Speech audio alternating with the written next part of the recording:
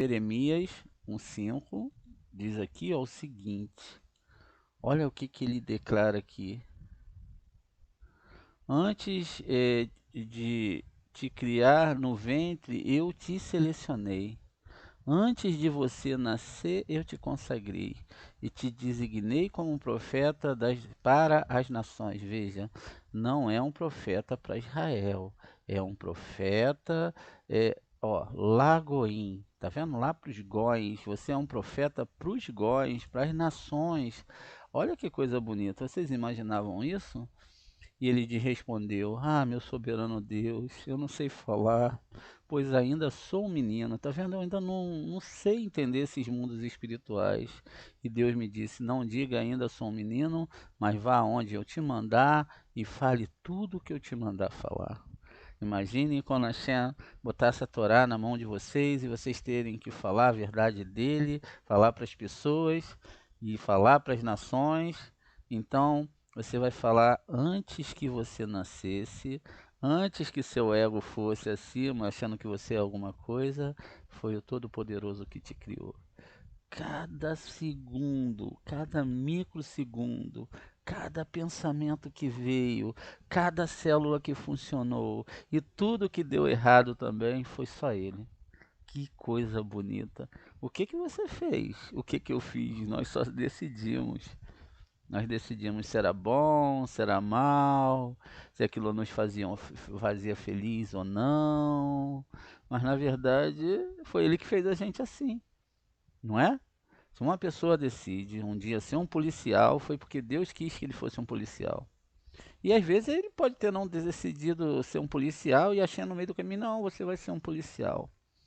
E aí olha que coisa bonita. Tudo é feito por ele. Só que nós temos a impressão que não. Nós temos a impressão que é nós que escolhemos. Ah, eu vou escolher ser isso, vou escolher ser aquilo, eu vou fazer aquilo e aquilo e aquilo. E na verdade não é nada disso. Quando nós nos sentenciamos, nós podemos nos sentenciar ao lado direito, ao lado esquerdo ou à parte central. A parte central é sempre a melhor. Reconhecemos que, como diz Isaías, quando ele diz: Eu crio o bem, eu crio o mal, eu formo a luz e eu faço as trevas. Eu que te adoeço e eu te curo. Tudo sou eu mesmo que faço. Não há outro além de mim.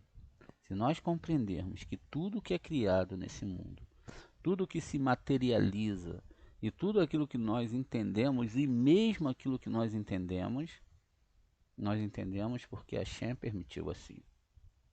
Diz quando Abraham mandou Agar, que também é a Agar, né, a convertida, ela saiu e o menino ficou muito doente, Ismael. Esse nome é muito mal entendido, né? E que Ismael ele ficou doente com muita febre e apareceu um anjo. E diz então que Agar, não é? Ela viu um poço. Deus permitiu que ela visse o poço. Então ela viu aquele poço. Isso quer dizer que quem criou aquela realidade foi o Eterno para ela. Ela pôde olhar a realidade espiritual, porque tudo que está em volta de você, ainda que pareça físico, é espiritual também. A percepção desse mundo que te cerca é totalmente espiritual, ainda para aqueles que estão ligados ao nível de Nefesh. Tudo é muito espiritual. Tudo só pode vir de uma fonte do Criador. Mas o Criador, que cria todas as coisas e ele não muda, segundo Malaquias, diz que se ele não muda, quem muda somos nós. Ou seja, a percepção de tudo é, é nossa. Também é dito que não podemos fazer nada que o Eterno não permite. Isso significa que é duro de falar isso, mas até um assassinato que vai acontecer aqui nesse mundo foi quem que deixou. Uma pessoa que vai salvar outra pessoa foi quem que deixou. Uma pessoa que vai entrar em depressão e vai sair da depressão, quem foi que deixou? Tudo sobre um julgamento muito exato. Não pense que é acidente, pois não há. Muito bem. Isso significa então que se Itró, ele era um grande sumo sacerdote de Midian, e que ele era um grande feiticeiro, junto também com outros como Bilam e também Iov estava nessa história. Deus tinha permitido que as histórias dele fossem assim. E no final, você vai ver que na Torá e no Taná existem vários goins que Hashem amou profundamente. E que até na história desses goins, eles se transformaram em pessoas super importantes dentro da Torá. Veja, quem era Itró? Era uma parte, a parte mais elevada, né, da alma de Caim. Que Caim ele se divide em três pessoas para cumprir todos os pecados que ele cometeu. Ele se divide no Mitzrayim, que foi aquele homem que Moshe matou. Depois ele também vem dentro dessa história como Cora, um, um, um homem, um levita muito especial. Depois ele vem também como Itró. A alma se dividiu em três partes. E foi isso que veio acontecendo durante toda a nossa história. Aquele homem chamado Adão, ele foi se dividindo, se dividindo, se dividindo e chegou a ser o que é hoje a humanidade. 8 bilhões e mais um pouco de seres humanos. Toda essa alma, ainda que muitos deles estejam no nível de Nefesh, eles foram divididos para uma missão, consertar esse mundo. O mundo ele só pode ser consertado a partir de uma perspectiva interna, um entendimento maior de todas as coisas. Hoje, o ser humano ele não valoriza a comida, porque muitas vezes, ao contrário de que muitos pensam, existem muitas pessoas que passam fome. E a gente viu que quem manda fome é o Eterno. Existe um porquê dele mandar aquela fome. Está no nosso canal essa aula. Mas a maioria dos seres humanos hoje tem uma vida muito boa e muito cativa também. Mas nós destruímos o nosso planeta, mexemos com a alma da Terra. A pesca predatória hoje invade os mares de uma tal forma que a própria natureza já não se consegue, não é, mais se reproduzir como anteriormente. Por quê? Daria tranquilamente para todo ser humano viver muito bem. O Borê, ele alimenta todos. Aquilo que nós podemos entender, todos os seres são alimentados por ele. Mas as pessoas, elas com seu ego, elas querem sempre mais. Então elas não desejavam mais só comer os animais, mas a pele também daria uma roupa muito legal. Não é? Na década ali de 70, 80, houve as caças, os grandes safaris na África, simplesmente para chegar lá, ver um animal, dar um tiro e matar sem ser para alimentação, o que é permitido para a Torá. Homens matando outros homens, e assim o leque é enorme. Tudo porque o homem não tem essa Torá. Tudo porque a própria religião sentenciou as pessoas a isso. Peça o que você quiser, eu te darei o que você quiser. Basta que você deseje. E aí você pode materializar aquilo nesse mundo. Só que sempre tendemos a achar o que é bom é aquilo que soma aos nossos tesouros ou até mesmo ao nosso ego. Isso é bom. Aquilo que nós oferecemos para o outro, que pode ser muitas coisas. Um abraço que você dá em alguém, um prato de comida. Mas na verdade, um prato de comida é até um pouco egocêntrico. Mas quando você ajuda alguém a se levantar, alguém não depender mais daquele prato que você vai dar, mas ele possa agora ele mesmo ter a honra de correr atrás e se reconstruir como ser humano. Isso seria muito, muito melhor. Quando nós dedicamos um pouquinho da nossa vida para estar em grupo, estudando, amando, tentando chegar nesse amor que é muito maior do que o amor que nós vemos aí, espalhado pelo mundo, um amor de alma que é o real. Diz que quando chegarmos a 1 milhão de cabalistas no mundo, nós conseguiremos fazer um barulho, o nosso amor, não com o nosso grito, com o nosso silêncio nos mundos espirituais. Conseguiremos atrair a Kadosh Baruch Hu de uma forma para esse mundo que será fatal para o ego, será fatal para as pessoas que ainda vão querer ter lucros em cima das outras pessoas, pessoas que de uma forma absurda ajuntam dinheiro que eles nunca irão gastar e que movimentam tudo isso que está destruindo o nosso mundo. Isso também é idolatria. Então vamos aqui, gente, começar a leitura aqui, agora sim, né? Itró, o sacerdote Midian, sogro de Moisés, ouviu tudo que Deus tinha feito por Israel. O Rabi Ezequias começou um discurso aqui sobre o versículo. E Araão levantou a mão para o povo e o abençoou. Isso é o Levítico 19, 22. Ele disse, o uso da palavra mão aqui está no singular. Indica que ele queria levantar a mão direita acima da esquerda e por isso uma certa razão esotérica. Há uma certa razão esotérica aqui nesse sentido. Vamos ver aqui, ó, Levítico 9, 22. Então, ó, Vaixá Aharon, Et Yadav. Tá vendo aqui? Tá no plural, a mão, né? Então diz que ele levantou, né? Não as mãos. Tá vendo? Isso é muito importante saber. Ele não levantou a mão direita e a esquerda, ele levantou a mão. Qual mão que é falado aqui? Nossos sábios falam aqui no Zohar que ele só levantou a mão direita, não é?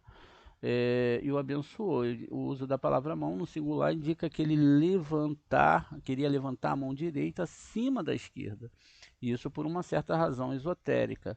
Encontramos no livro do rei Salomão que quem levanta a mão para o céu sem qualquer intenção devota de proferir uma tefilá, uma reza ou uma brahá, será perseguido por 10 poderes celestiais. Os 10 potentados que estão na cidade. Vamos ver aqui, Eclesiastes 7:19. O que acontece com isso? Ou seja, os 10 seres superiores designados sobre o entendimento das mãos, para receber as bênçãos, as orações oferecidas com ele, e para dotá-los de um poder através do qual o santo nome, e aí Adonai, que é o nome que está sobre Malhut, é glorificado e abençoado do alto.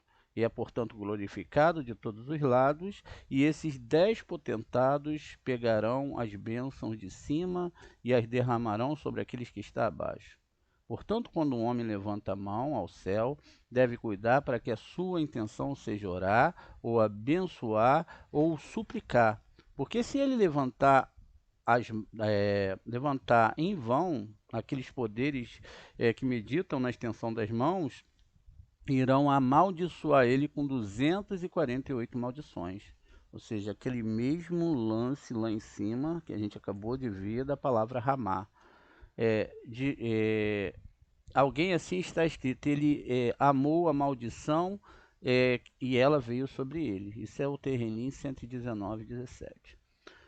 Aqui, a gente lendo assim, a gente vai perceber que parece ser algo ligado a algo biológico também, algo que é somente nesse mundo. Mas vamos entender isso de uma forma mais profunda, não é? Vamos entender isso de uma forma onde a gente pode analisar de um conceito mais geral e dentro da Kabbalah. Deixa eu só achar um slide aqui rapidamente para que a gente possa analisar algo. Tá aqui, é esse slide que eu quero. Muito bem. Lá nós estamos falando da palavra mão. Aqui nós temos os dedos da mão. Ó. Existe toda uma gematria, né? Então, aqui nós temos o nome de cada dedo com a sua gematria. E cada mão vai ter uma gematria de 1118. Não é? E aí a gente tem aqui de 2236.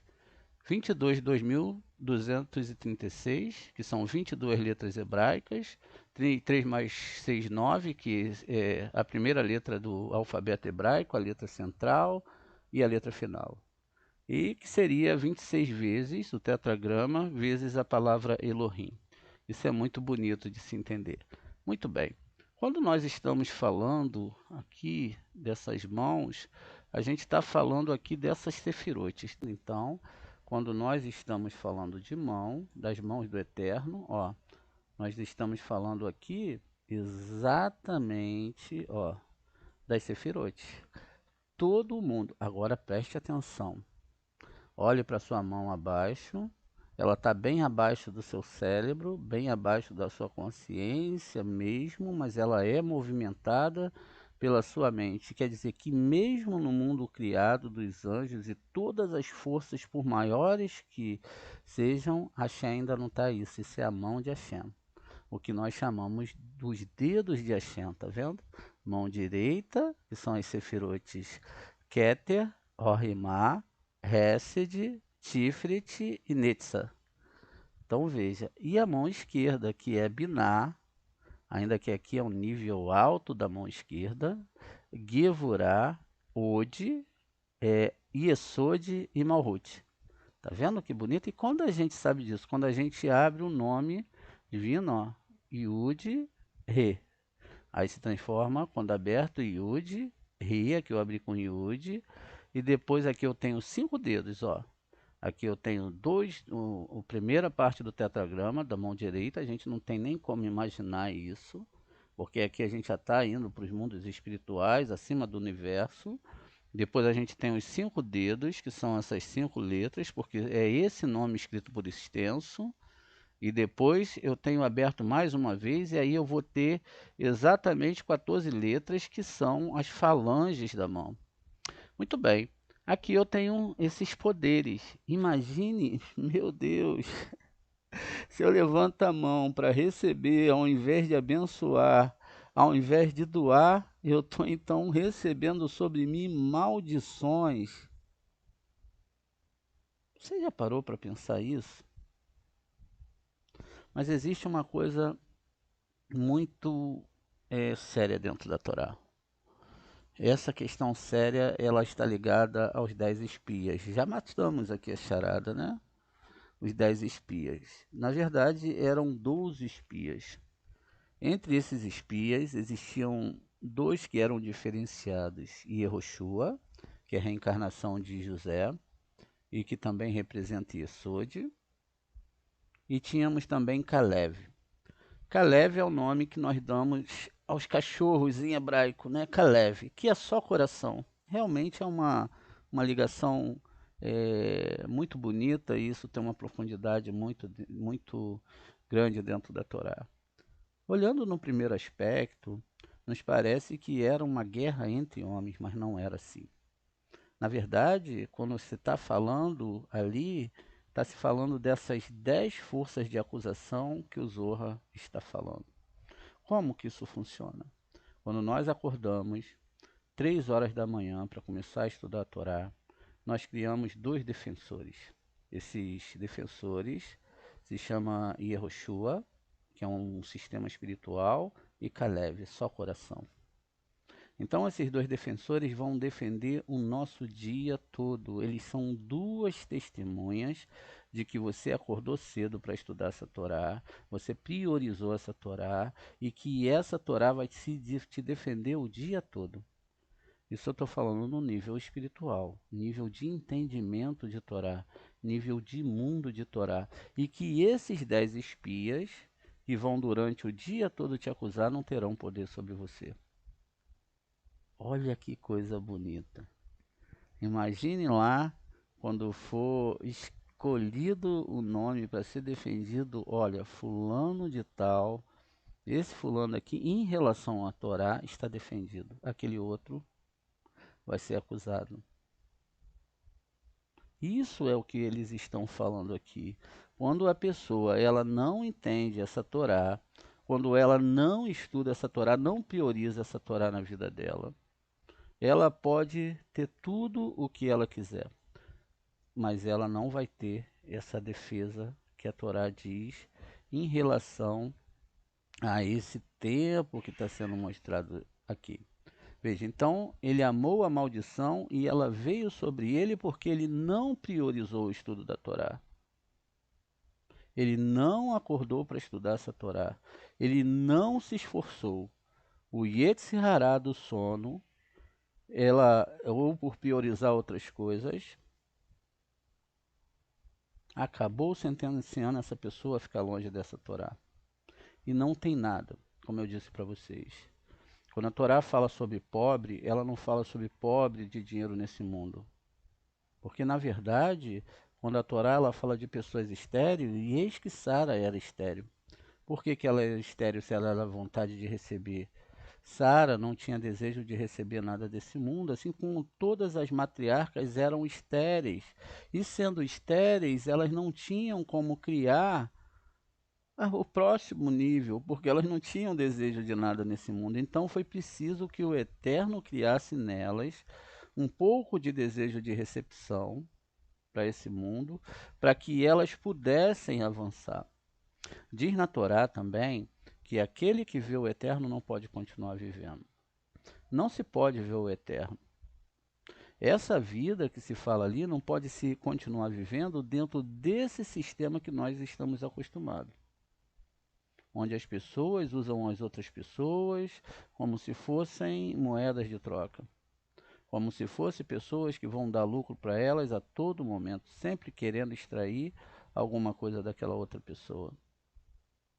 Então, isso significa que quando nós entendermos essa questão da Torá, de dedicarmos 100% a nossa vida à Torá, dentro dos níveis, é lógico, do que o Eterno te botou dentro de um masal, te botou dentro de uma situação, que você vai ter que cumprir esse masal, não tem jeito.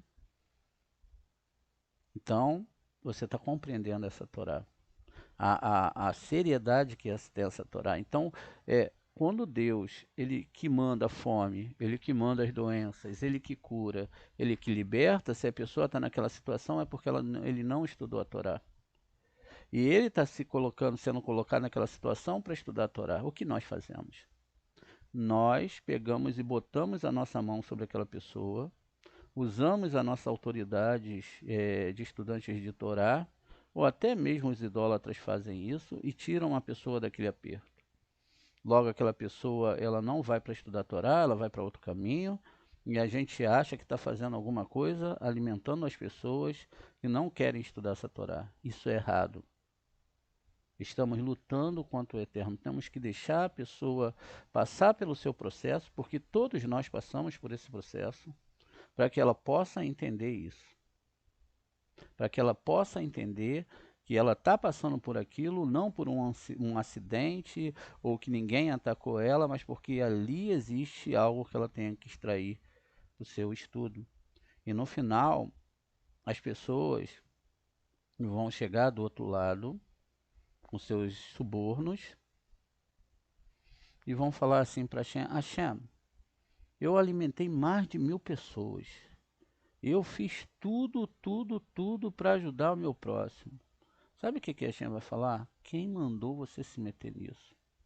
Qual era a minha ordem para ti? A pessoa vai falar: qual era? Estude a Torá de noite. Estude a Torá de noite. Acorde em Hatzot para estudar a Torá. Construa a sua alma. E por que isso? O Eterno vai falar: você não confiou na minha Torá. Você confiou na força do seu braço. E você sentenciou outras pessoas a se afastar da minha Torá. Mas vai ter tanto choro. Mas vai ter tanto choro porque as pessoas não entenderam que é o estudo da Torá que vai atrair luz para esse mundo. Para que essas coisas, para que a fome, para que os seres humanos que são chamados de órfãos, pobres, etc., eles são na alma, eles não têm doação dentro de si. As pessoas têm que aprender a levantar as mãos para o único e verdadeiro Salvador, para o Borê. A gente acha, muitas vezes, é lógico que o mundo está em movimento, nós temos que fazer a nossa parte. O que nós temos que mudar é a intenção dessas coisas, porque tudo é só criado por Ele. Se eu hoje tenho a possibilidade de colocar o meu pé no chão e levantar, seja o esquerdo ou o direito, por onde eu levante na minha cama, não tem problema. Se eu tenho a possibilidade de abrir os meus olhos de manhã, tudo foi criado pelo Borê. E assim são com 8 bilhões de seres humanos. Aqueles que podem abrir, aqueles que não podem abrir, aqueles que podem falar, aqueles que não podem falar, aqueles que têm mãos, aqueles que não têm mãos.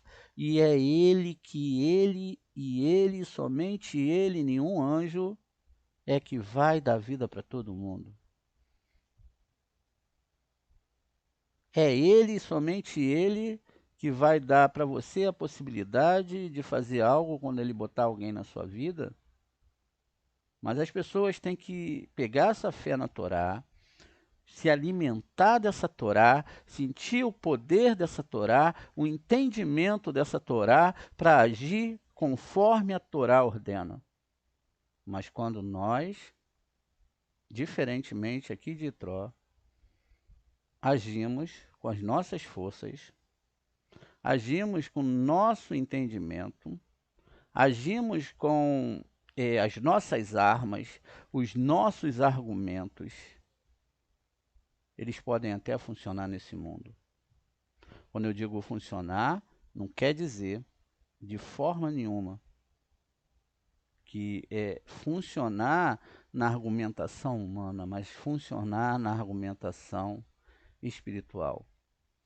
As pessoas que vão estudar o Zohar têm que ser curadas, têm que ser ajudadas. Nós também podemos ajudar outras pessoas, mas sempre conscientizando elas de que o erro não é acidental, que o erro é porque eles não estudam essa Torá, que o erro é porque eles não estudam esse Zohar, e aí muitos vão falar assim, mas eu não tenho força.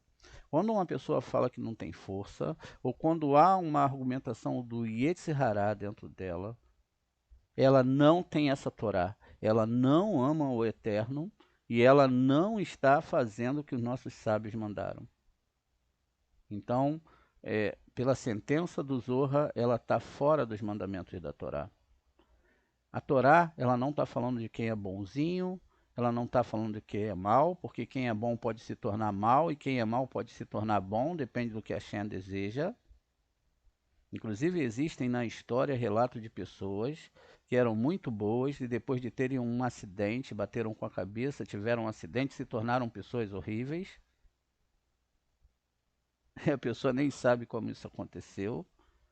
Isso podem ter doenças também que podem fazer isso com o ser humano. Então, tudo vem da Kadosh Baruch Hu. O que a Torá está falando é estude essa Torá de noite. Encontre o conserto para a sua alma, não para o seu corpo. Encontre a luz dessa Torá para que você possa levar a verdadeira salvação.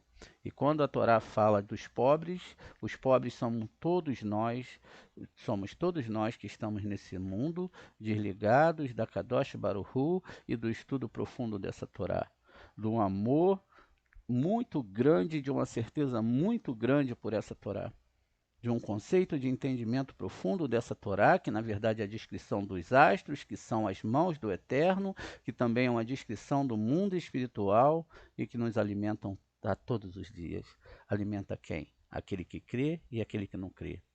Aquele que viu e aquele que não viu. Aquele que é cego e aquele que enxerga. Aquele que fala e aquele que não fala, aquele que pode organizar os seus pensamentos e aquele que não pode, tudo isso vem do nosso Borê. Nós não entendemos muitas coisas, mas nós devemos nos colocar profundamente nessa realidade para cumprir o mandamento que Moshe ensinou para Yehoshua e depois o anjo vem confirmar: estude essa Torá dia e noite. Não importe a argumentação que o mundo vai trazer para você, o mundo profissional, todas as questões, estude ela dia e noite. Porque o que vai garantir a sua salvação, a salvação da sua alma e a sua junção com o Eterno é o estudo dessa Torá.